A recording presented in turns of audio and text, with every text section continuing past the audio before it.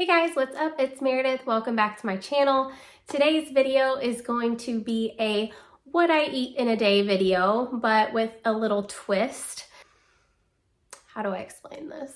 I have been collaborating with Peter over at Plant-Based Teacher, and if you are not familiar with his channel, I will link it in the description box below. I highly recommend. I discovered Peter's channel, Plant-Based Teacher, after converting to a plant-based diet, and he has so many informative videos on how to make the most of your plant-based diet, how to stick with it, different tips and tricks. He has a lot more experience than I do in that area, so that's how I found his channel. And after watching several of his videos, I decided to reach out to him, and I thought it might be a cool idea for him to watch my most recent what I eat in a day video and kind of coach me along so he can tell me what I'm doing right, what I'm doing wrong, how I can improve so I can get the most nutrition from my plant-based diet. So that's exactly what he did. His most recent video is him coaching me in my most recent what I eat in a day video. He had some really great ideas on how to amplify my plant-based diet, and I can't wait to share those with you. So I am recreating my last what I eat in a day video, but with the help of Peter's coaching over at Plant-Based Teacher. I'm gonna refer to it as my what I eat in a day remix. My reaction to his reaction of my video. It's like Inception. I'm really excited. But before I jump into today's video, I want to really quickly share about a product that I'm really excited about, and I think that you will be too. So check it out. The Luxear Fresh Keeper refrigerator storage containers come in a 3-piece set, and I'm going to show you how I use each of the 3 pieces. All 3 containers come with an airtight lid with an adjustable air vent, and they also are all made with BPA-free material. As you can see, the smallest of the 3 containers comes with this removable mini colander, and I used this for some cherry tomatoes, and it makes it so easy to wash your produce, and then you can set it right back into your container and keep them fresh longer. And like I mentioned before, the lid has the adjustable vent. For fruits, you're supposed to open the vent, and for vegetables, you're supposed to close it. And I don't know if tomatoes are a fruit or a vegetable, but I decided to open the vent.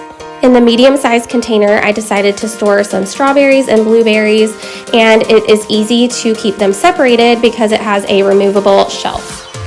The medium-sized container also has this removable drainage valve, which is perfect if you want to soak anything in it, and then you can just drain it straight from the container. Makes it super easy.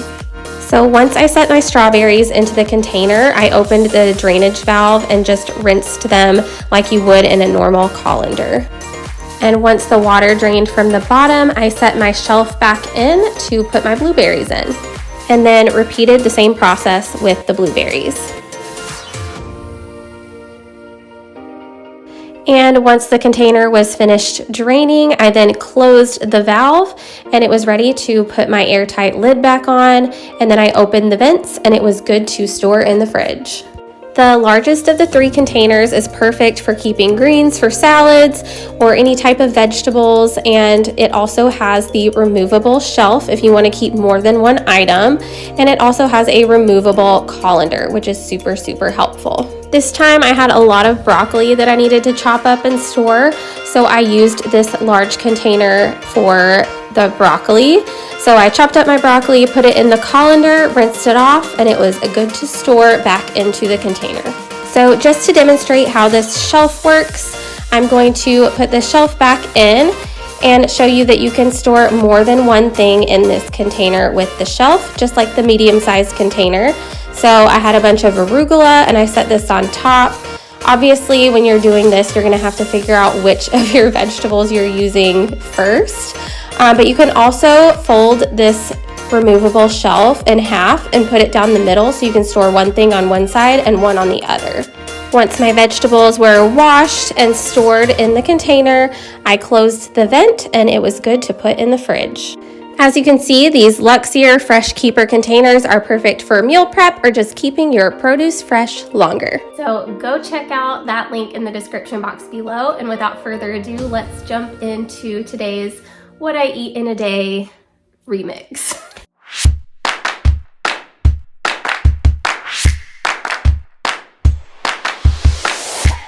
So while I walk you through my What I Eat in a Day video, I am going to be watching Peter's video over at Plant-Based Teacher and reacting to his video and sharing how I implemented his advice into what I eat in a day. So here it goes.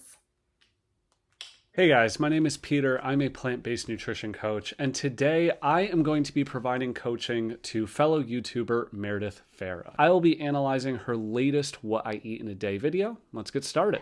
On this morning, I had just gotten back from a run early in the morning, so I chugged some water and then I was absolutely starving. So I reached into my little cookie jar here, which is actually full of all sorts of vegan snacks and protein bars. Grabbed this protein bar I've never tried before, and it was actually a little bit too sweet for me, so I didn't actually finish it. And then I realized I woke up at 5 o'clock in the morning, so it was time for some coffee. So this is a great start to the day, right? You wake up, you have some water, you get a workout in. So awesome routine.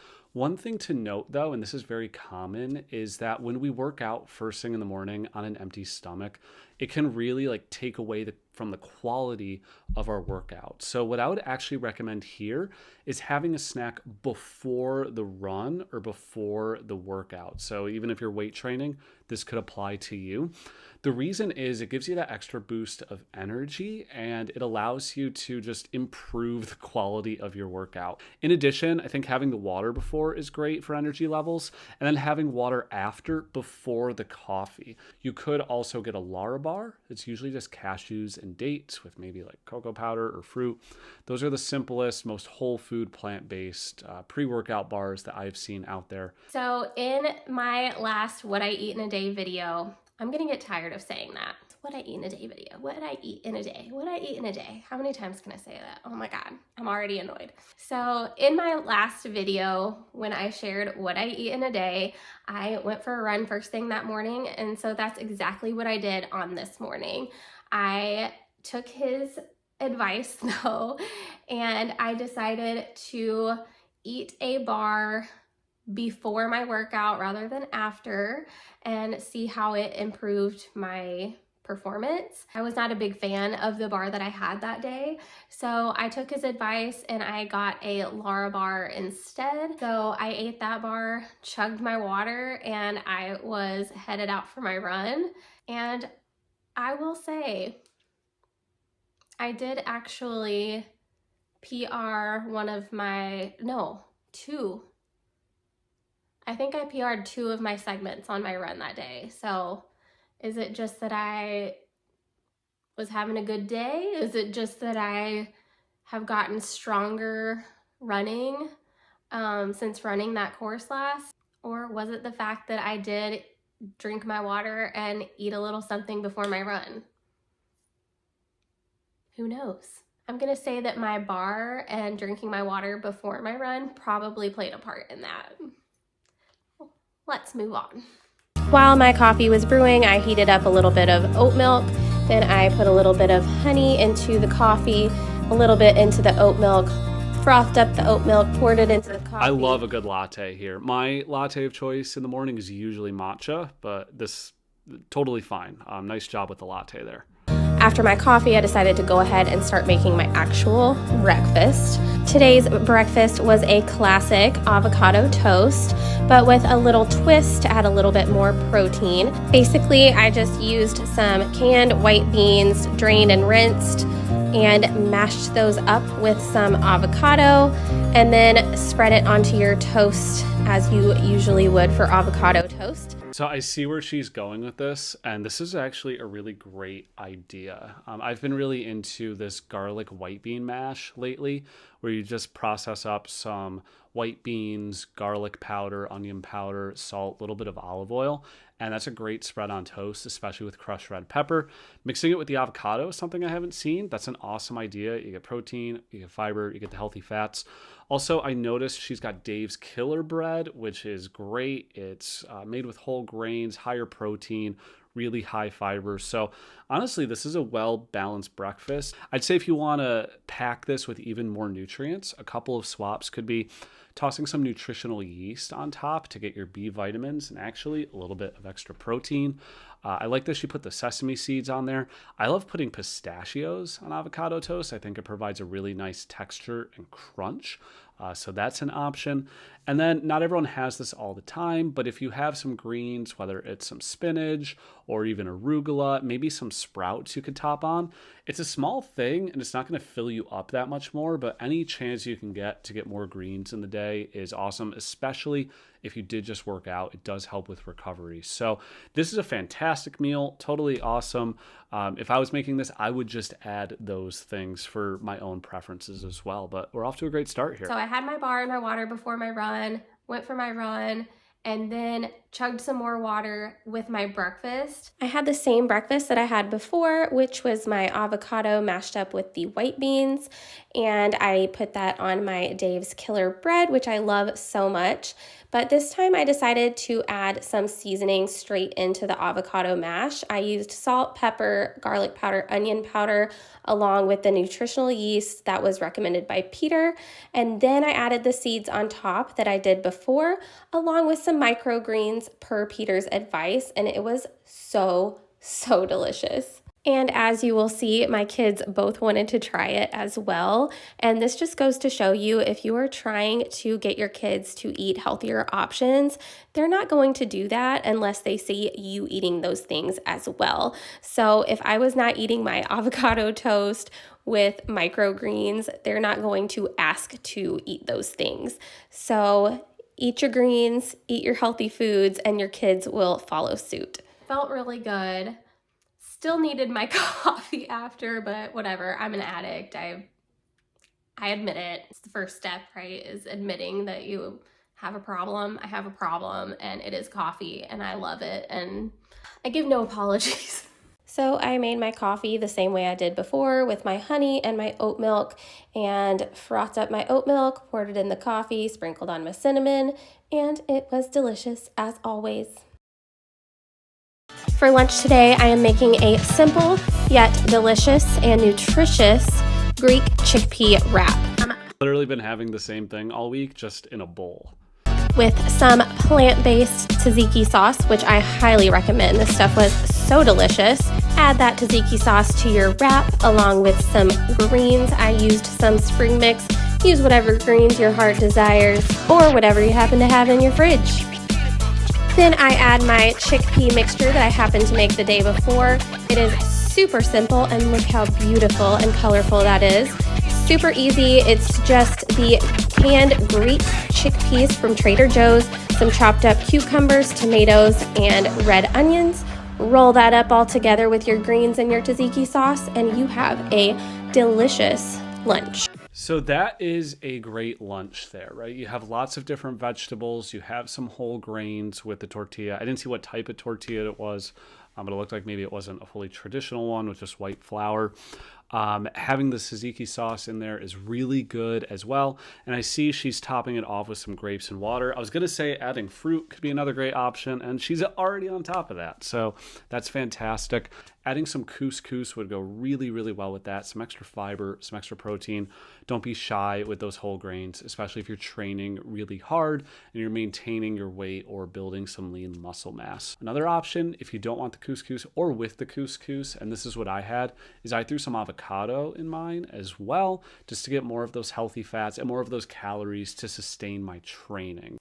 And that is exactly what I did today. I took his advice and I added some couscous and I threw avocado on top of my chickpea mixture this time.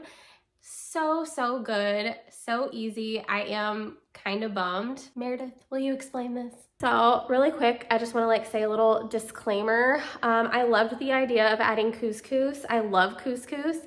I love the idea of adding it to my little chickpea mixture for lunch today, And I'm really mad because I did a grocery pickup order and I just realized that they didn't give me like regular couscous. They gave me like the pearled couscous and it is not the same. I do not like it. It's kind of mushy, but it's what I had, so I made it anyway. Oh well. It was still absolutely delicious. Now skip ahead to dinner time. On this night we were making a chicken teriyaki with some rice and some broccoli. And while I was making dinner, I snacked on this Omega Trek mix from Trader Joe's and had a little bit of this Health Aid kombucha because I realized I never had a snack today and I was absolutely starving and was not gonna make it until dinner time. So that's another thing where the couscous or the avocado could help with those hunger levels, but also snacking mid-afternoon is really important. I mean, this is my snack, right? Like I just got home from work and I'm gonna munch on this. Like I said before, having a snack with protein, fiber, and sugar is key. She gets that with the trail mix. Trail mix is like the ultimate snack. It's really great. So like on that day, I also had the same trail mix, same kombucha, just had it at a more reasonable time in the afternoon and not right as I'm cooking dinner. But you know, some days with schedules, it's like you forget to eat your snack and you don't realize until you're cooking dinner like how freaking hungry you are. But I will say, I think that the couscous and the avocado, I do think that it filled me up for longer. Could just be like psychological, but yeah, it was a really good lunch and I really loved his recommendations. And because you know I'm not going to be partaking in that chicken that was laying on the counter, that was for my family, I started preparing my tofu to try to make it taste somewhat like chicken teriyaki. So it's funny she mentioned that. I knew that Meredith was plant-based. I didn't know if it was 100%. No judgment when I saw the chicken, right? She's been eating mostly plants throughout the day.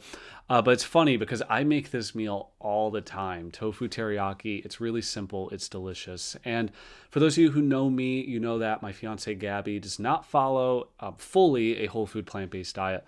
So this is like our kitchen, right? We'll make the teriyaki. We'll make the rice. I'll have tofu. She'll have chicken.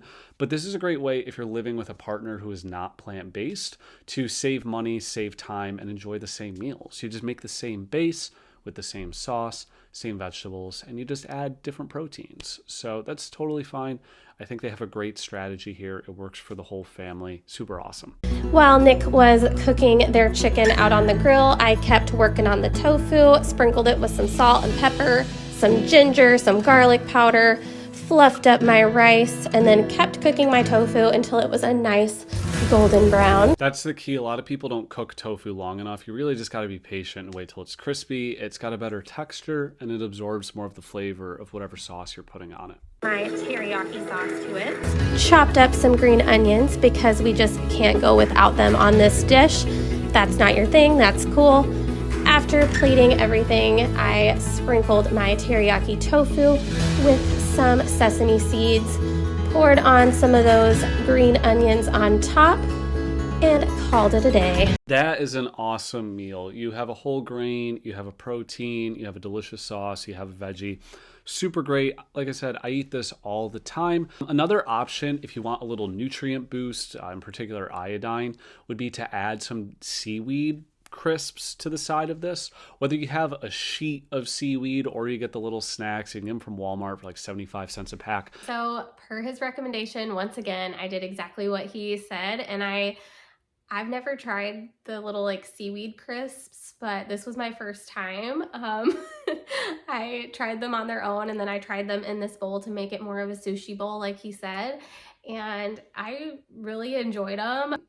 I told my daughter that she might turn into a mermaid if she eats them, so she liked them a little bit, but you know, I think they're probably going to be more of my thing than my kids, but it's fine. Anything to add a little bit more nutrition to my diet, I'm all for. And I am also I'm an adventurous eater to where I will try anything once. Yeah, but I liked it. It's just like a little salty, crispy thing. Yeah. So that was my What I Eat in a Day remix, and I hope you guys enjoyed it. If you haven't already, go check out Peter's channel, Plant-Based Teacher. You will not regret it. He has some great advice on there, and that's all that I have for you today. If you like this video, give it a thumbs up. Don't forget to subscribe and turn on your notification bell so you never miss a new video from me, and I will see you guys in the next one. Bye.